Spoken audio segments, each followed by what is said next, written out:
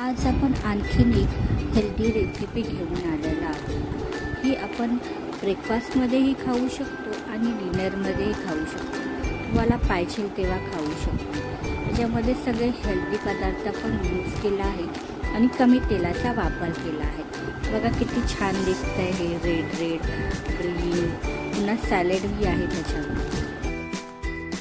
आता आपण याच्यामध्ये भिजवलेले स्टील कट ओट्स घेऊया, त्यानंतर मूग आलेली मूग, अख्खी मूग घेऊया आणि त्याच्यानंतर रवा घेऊया। रवा बारीक जाड कोणताही चालेल। हे तिन्ही पदार्थ आपण ह्याच्यामध्ये घातलेले आहेत। त्याच्यानंतर आपण त्याच्यामध्ये थोडासा कलर येण्यासाठी बीटरूट घालणार आहोत। बीटरूट बारीक कापून घेतलेले आहे आणि बीटरूट त्याच्यामध्ये ॲड केले।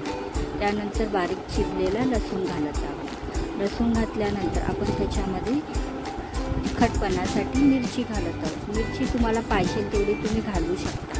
त्यानंतर पुदिन्याची काही पानं घाला त्याच्यामध्ये। जर तुम्हाला पाहिजे असेल तर त्याच्यामध्ये तुम्ही अजूनही गाजर वगैरेही ॲड करू शकता। माझ्याकडे तेव्हा ज्या गोष्टी उपलब्ध होत्या मी त्या गोष्टी घातल्या। आता त्याच्यामध्ये आपण ओवा घातला आणि ओवा घातल्यानंतर त्या गोष्टी आपण ग्राइंड करून घेऊ। ग्राइंड केल्यानंतर आपण आता त्या त्याची एका वाटीमध्ये काढून घेऊ। एका वाटीमध्ये काढल्यानंतर त्याच्यामध्ये आपण आता चिरलेला कांदा घालू, नंतर कोबी घालूया चिरलेला।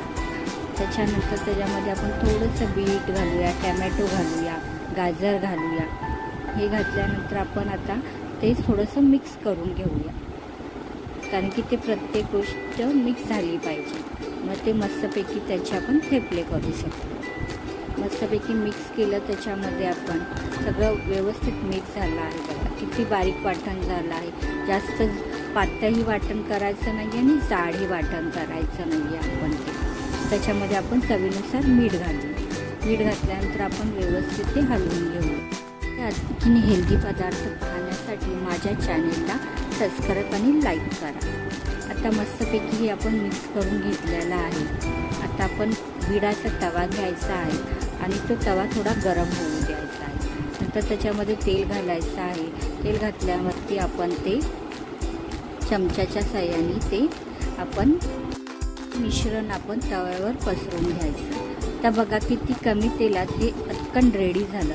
याला जास्त तेलही लागत नाही आणि मी एका साईडला तेल लावलेलं आहे, दुसऱ्या साईडला तेलही लावलेलं नाही। त्यानंतर असे आपण भरपूर सारे थेपले करून घेऊया आणि ते असे सर्व करूया। त्याच्याबरोबर पुदिन्याची चटणी बनवलेली आहे, तेही हेल्दीच आहे आणि त्याच्याबरोबर हे पराठे आणि त्याबरोबर सॅलडही ठेवलेलं आहे। अशा प्रकारे हे तुम्ही डिनरलाही खाऊ शकता आणि ब्रेकफास्टलाही खाऊ शकता। व्हिडिओ आवडला सबस्क्राईब करा।